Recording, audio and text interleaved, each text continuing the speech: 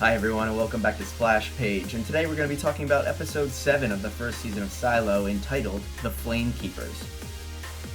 The episode opens on Gloria with her feet in the sand holding a seashell. The seashell looks very familiar. Is it the same design as a tattoo we've seen before? This is George's arm, and we know for a long time he was in possession of Amazing Adventures Georgia, a travel guide for kids. So this is likely where he got inspired to get this tattoo. Gloria, in this hallucination, has children, and they're playing at the beach. We then see that a nurse comes in, snapping her back to reality. We are still in the silo. As we remember, she didn't have kids. She was one of the people that Alison talked to, saying that they don't want people like them to get pregnant. In this episode, we find out what people like them means. Gloria appears to be heavily sedated, and this might be why we haven't seen her since the first episode, as she was taken into medical custody. She's basically locked up. Juliette is still looking at Amazing Adventures Georgia, a travel guide for kids, and she's really struggling with what to do. In the last episode, we saw that she received this book from George's ex, Regina. Regina also let Juliette know that her aunt was Gloria, and in fact, Gloria's hallucination looks exactly like a picture from the book. We see now that Sims has been surveilling the entire silo and is watching Juliette with the book. There is a massive surveillance system within the silo. Is this what is behind the janitorial door? We'll find out later, but the short answer is yes. Yes, it is. Juliette sees that Gloria is under medical care, and Billings comes in and says that maintenance was in her apartment and they broke her vase.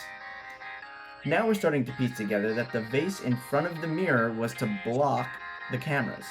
And Holston left her a note that said double the flowers in front of the mirror.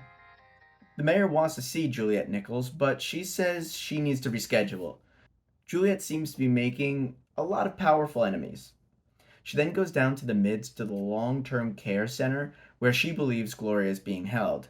After a bit of back and forth with the nurse, Juliette is allowed to meet Gloria, and they say that Gloria is having hallucinations. Juliette wants to take her out of the facility to go for a walk, and really probably to ask her questions. But she finds out that Judge Meadows has an order to keep her there. Meanwhile, a porter comes with an emergency for Juliette, but Juliette isn't around. In fact, she turns off her walkie-talkie when Billings tries to reach her. Juliette barges into Judge Meadows' office, but she isn't there. We then cut to what the porter was sending the message about. There is some level of riot happening on the 26th floor, and all the deputies are there, but no one can reach Juliette. The deputies are eventually able to get the situation under control, but they are kind of pissed at Juliette because she turned off her radio.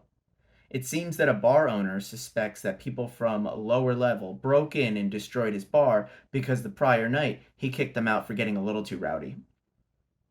Billings and Juliette basically come to terms with the fact that they're partners and they're going to be working with each other side by side. And Juliette admits that the reason why she wasn't there was because she still thinks George Wilkins got murdered. Billings, understanding that it's because she loves George and there's something larger going on, uses his knowledge of the pact to help her reopen George's case.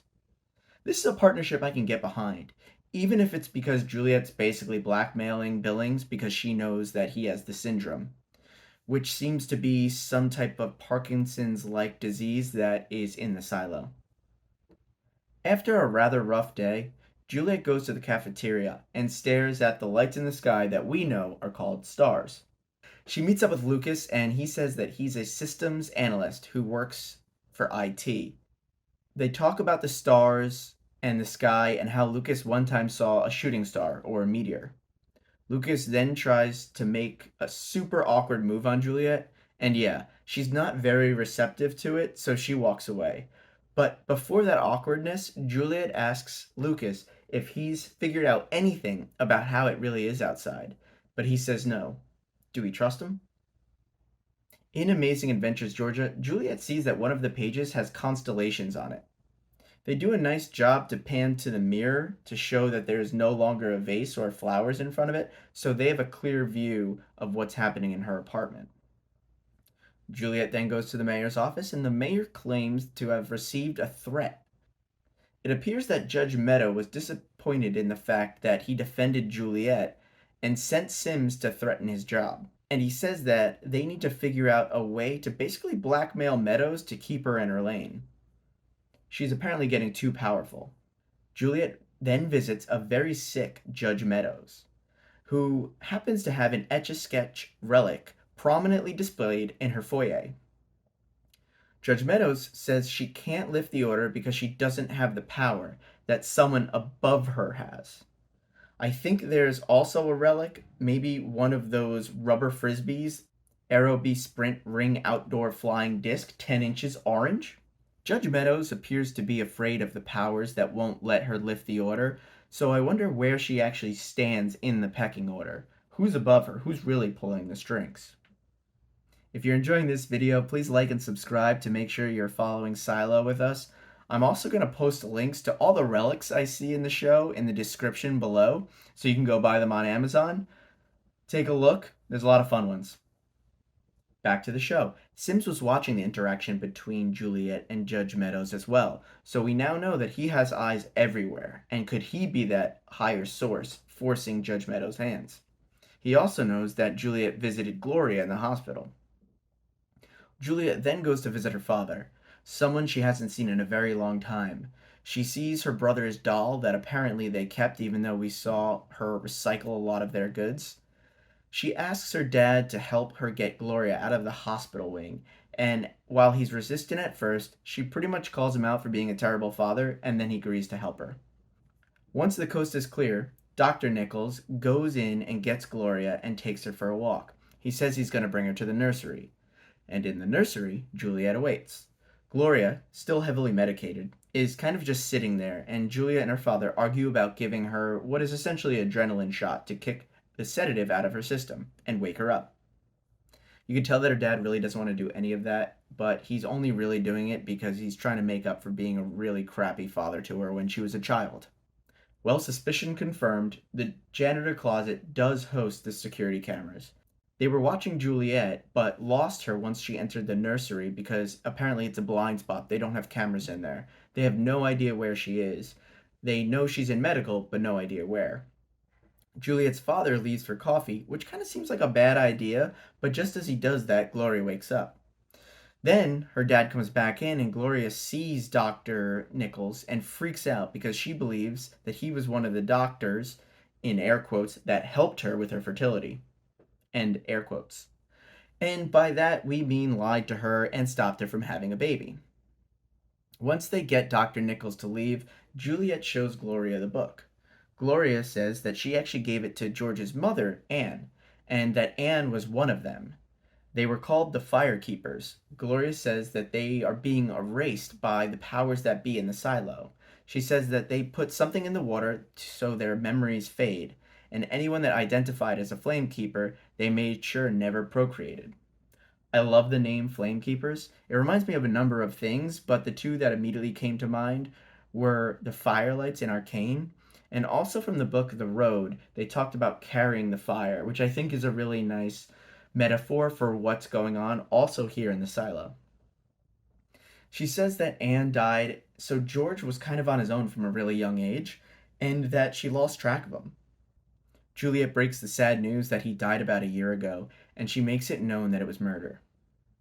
Gloria then asks to hold the baby, and I don't know why, but this gave me a lot of anxiety, but thankfully everything was okay. We then find out that Hannah Nichols, Juliette's mother, actually knew George's mother, and we hear that it wasn't necessarily that she was a Flamekeeper, but she was curious, which feels a lot like what Gloria was saying about Alison, that there was this level of curiosity about them. Dr. Nichols obviously knew what he was doing and questioned why and wondered why in his mind, but he never did anything about it because he just felt that the consequences were too high. There was a lie about it helping them to control population within the silo, but even he questioned that. Juliette leaves on not so great terms with her father yet again. Juliette brings Gloria back to the medical floor.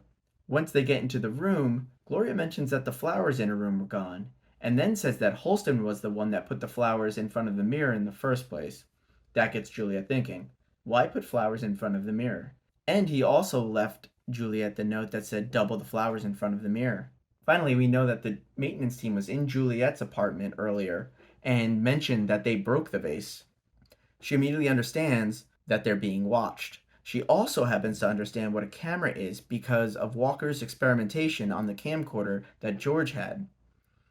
She puts together that Holston wanted her to block the mirror because they were being watched. At this point, Juliette knows she's screwed. But she now knows that Holston put something in the vent of the room because Gloria remembers him working on the vent. So Gloria puts a blanket over the mirror and opens up the vent where she finds the hard drive. Sims can only hear what's going on in the room since Juliette blocked it and says, "Send the raiders." Who the hell are the raiders? Gloria then says, "You are now the last Flamekeeper," because we know Gloria isn't going to make it much longer. We find out that Juliette Nichols' mother killed herself, and Gloria knows why. And I hope to find that out in the next episode, as the next episode's named Hannah, which was Juliette's mother's name. That's how this episode ends. A really fun episode, but there are a number of questions that we still have from earlier episodes, but I'm just going to recount the ones that came into my mind during this one. First, Juliette has some pretty interesting tattoos, and I'm really looking forward to learning more about these. What are they? What do they mean? Could this one on her arm possibly be from a drawing that her brother did before he passed? The second, why did Juliette's mother kill herself? We know she died about a year after her son died, and we know now that she was very curious about things going on in the silo, so I'm really looking forward to hearing more about that. Who are the raiders? Is this the kind of secret police that we're watching Mayor Johns and Marnes hike up and down the silo? Could they have been responsible for anything that is currently going on? And finally, who really runs the silo? It's not Judge Meadows. Sims seems to be too obvious to be the big bad. He was positioned that way from the start. Could it be Bernard? And this is a little double cross of now we're starting to trust him a little bit more, but then he's really the one pulling the strings? I don't know. Let me know what you think. Thanks for watching, everyone. Again, like and subscribe if you enjoy Silo content. That's it for me. Take it easy, YouTube.